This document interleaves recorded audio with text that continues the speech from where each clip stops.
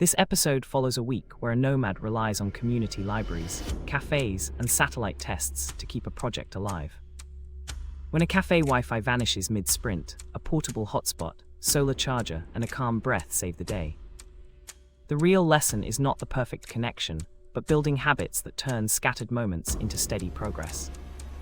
The aspiring nomads learn to map reliable spots, communicate time zones clearly, and choose tools that work offline. By embracing small failures as feedback, they craft resilient routines that travel with them, inspiring others to begin.